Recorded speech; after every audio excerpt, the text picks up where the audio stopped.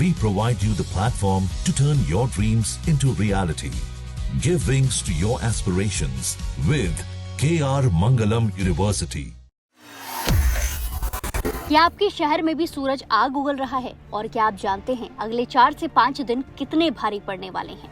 क्या आप जानते हैं IMD ने 48 घंटों में 12 राज्यों में आधी बारिश का अलर्ट जारी किया है? तो चलिए जानते हैं आने वाले दिनों में मौसम के क्या हाल हैं। साथ ही उत्तर भारत में बढ़ते पारे और मौसम विभाग की चेतावनी के बारे में भी जानते हैं। IMD का अलर्ट, 12 राज्यों में आंधी बारिश, झारखंड में ओलावृष्टि का अलर्ट, बिहार बंगाल में बदलेगा मौसम, अगले 48 घंटे भारी। देश भर में एक बार फिर से मौसम करवट लेने वाला है, जहां दिल्ली, यूपी, पंजाब और झारखंड के साथ साथ पूरे उत्तर भारत में गर्मी ने अपना प्रचंड रूप दिखाना शुरू कर दिया है। आलम यह है कि पारा 40 डिग्री सेल्सियस को पार कर चुका है। उत्तर प्रदेश, बिहार, दिल्ली के साथ साथ कई राज्यों में लू का प्रकोप देखने को मिल रहा है।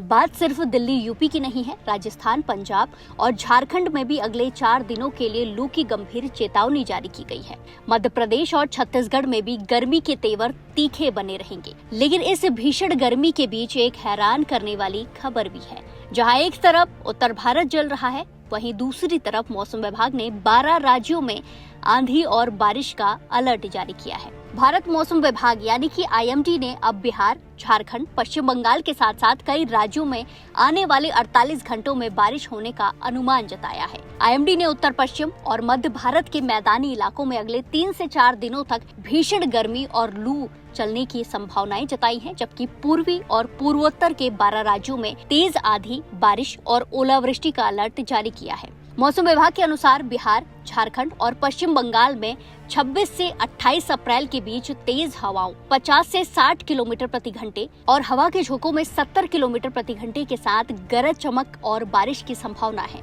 झारखंड में 26 अप्रैल को ओलावृष्टि भी हो सकती है। असम, मेघालय, अरुणाचल प्रदेश और अन्य पूर्वोत्तर राज्यों में इस सप्ताह व्यापक बारिश की संभावना है। कई राज्यों में भारी से बहुत भारी बारिश हो सकती है। डिस्टर्बेंस की वजह से भी जो थंडरस्टॉर्म एक्टिविटी है, रेनफॉल एक्टिविटी है, वो वेस्टर्न हिमालयन रीजन में भी बढ़ने की संभावना है, जिसको देखते हुए तापमान में गिरावट देखने को मिलेगी। इसके साथ साथ ये जो एक्टिविटी है, ये प्लेन्स में भी 4 दिन के बाद में देखने को मिल सकती है, 3 से 4 दिन के बाद। तो इसी वजह से जो पूरा प्लेन एरिया है, उसमें हमारा अनुमान यही है कि हीट वेव कंडीशंस जो है north west India, central India में 4 दिनों के बाद थोड़ी राहत मिलेगी। 48 घंटों में क्या होगा? झारखंड में ओलावृष्टि का अलर्ट, पूर्वोत्तर में भारी बारिश की चेतावनी, बिहार बंगाल में बदलेगा मौसम, भीषण लू और आंधी का डबल अटैक। बिहार में जहां 25 अप्रैल तक लू चलेगी, वहीं 26 तारीख से मौसम करवट लेगा और तेज हवाओं के साथ बारिश होने की संभावनाएं हैं। दक्षिण भारत के केरल, कर्नाटक और तेलंगाना में भी उमस भरी गर्मी के बीच बिजली कड़कने और बारिश होने की उम्मीद जताई जा रही है। सबसे ज्यादा असर पूर्वोत्तर राज्यों में देखने को मिलेगा। असम, मेघालय और अरुणाचल प्रदेश में कुदरत का दूसरा ही रूप दिखेगा। यहाँ भारी से बहुत भारी बारिश और 50 से 70 किलोमीटर प्रति घंटे की रफ्तार से चलने वाली तूफानी हवाओं का अलर्ट है। यानी एक तरफ लू के थपेड़े हैं तो दूसरी तरफ आसमानी आफत है। वहीं मौसम विभाग के अनुसार उत्तराखंड में मौसम राहत भरा रहेगा। 24 से 26 अप्रैल और 28 से 30 अप्रैल के बीच कई जगहों पर हल्की से मध्यम बारिश की संभावनाएं हैं। पहाड़ी इलाकों में गरज चमक और तेज हवाएं भी चल सकती हैं। तापमान सामान्य से कम या आसपास रहेगा। आसमानी आफत का डबल अटैक, पूर्वोत्तर में तूफानी बारिश का कहर, 70 किलोमीटर की रफ्तार से आंधी, बिहार में लू के बाद बारिश, दक्षिण भारत में बिजली का अलर्ट। तो साफ है, आने वाले कुछ दिन देश के अलग अलग हिस्सों के लिए बड़ी चुनौती लेकर आने वाले हैं। एक तरफ जहां उत्तर भारत के मैदानों में सूरज की तपिश और लू के थपेड़े अग्नि परीक्षा लेंगे, तो वहीं दूसरी तरफ पूर्वोत्तर और दक्षिण भारत में आसमानी बिजली और तूफानी बारिश का साया मंडरा रहा है। मौसम विभाग की इस चेतावनी को हल्के में बिल्कुल ना लें। अगर आप लू प्रभावित इलाकों में हैं, तो दोपहर के समय घर से बाहर निकलने से बचें और पानी का भरपूर सेवन करें। वहीं जिन राज्यों में ओलावृष्टि और आंधी का अलर्ट है, वहां सुरक्षित स्थानों पर रहें और पेड़ों या बिजली के खंभों के नीचे खड़े होने की गलती बिल्कुल भी ना करें। कुदरत के इस दोहरे वार के बीच आपकी सतर्कता ही आपकी सबसे बड़ी सुरक्षा है। हम लगातार मौसम के हर बदलते मिजाज पर नजर बनाए हुए हैं और आप तक हर एक अपडेट सबसे पहले पहुंचाते रहेंगे। आपको ये जानकारी कैसी लगी और आपके शहर में आज मौसम का क्या हाल है, हमें कमेंट बॉक्स में जरूर बताएं।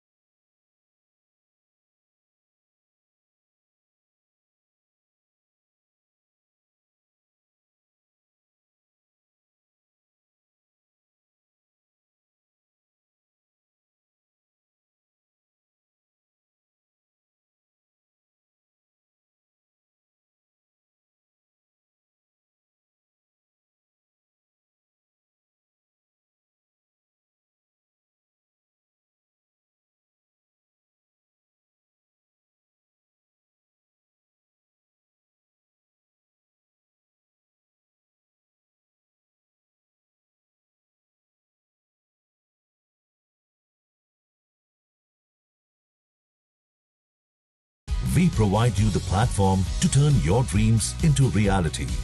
Give wings to your aspirations with KR Mangalam University.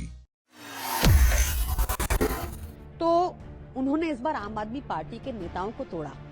Rajya Sabha के आम आदमी पार्टी के 2/3 एमपीज जो हैं वो आम आदमी पार्टी छोड़कर जा रहे हैं। ये बता सकती हूँ कि पंजाबी लोग देख रहे हैं कि जिन 7 सांसदों को पंजाब के लोगों ने राज्यसभा भेजा, उन्होंने एक ऐसी पार्टी का साथ दिया आज जिन्होंने 800 किसानों को मारा। वाजपेयी और आम आदमी पार्टी के बाकी नेतृत्व को शायद आत्मचिंतन करने की आवश्यकता है। जो भाजपा किसानों को आतंकवादी बुलाती है, उनका साथ दिया आज इन 7 सांसदों ने।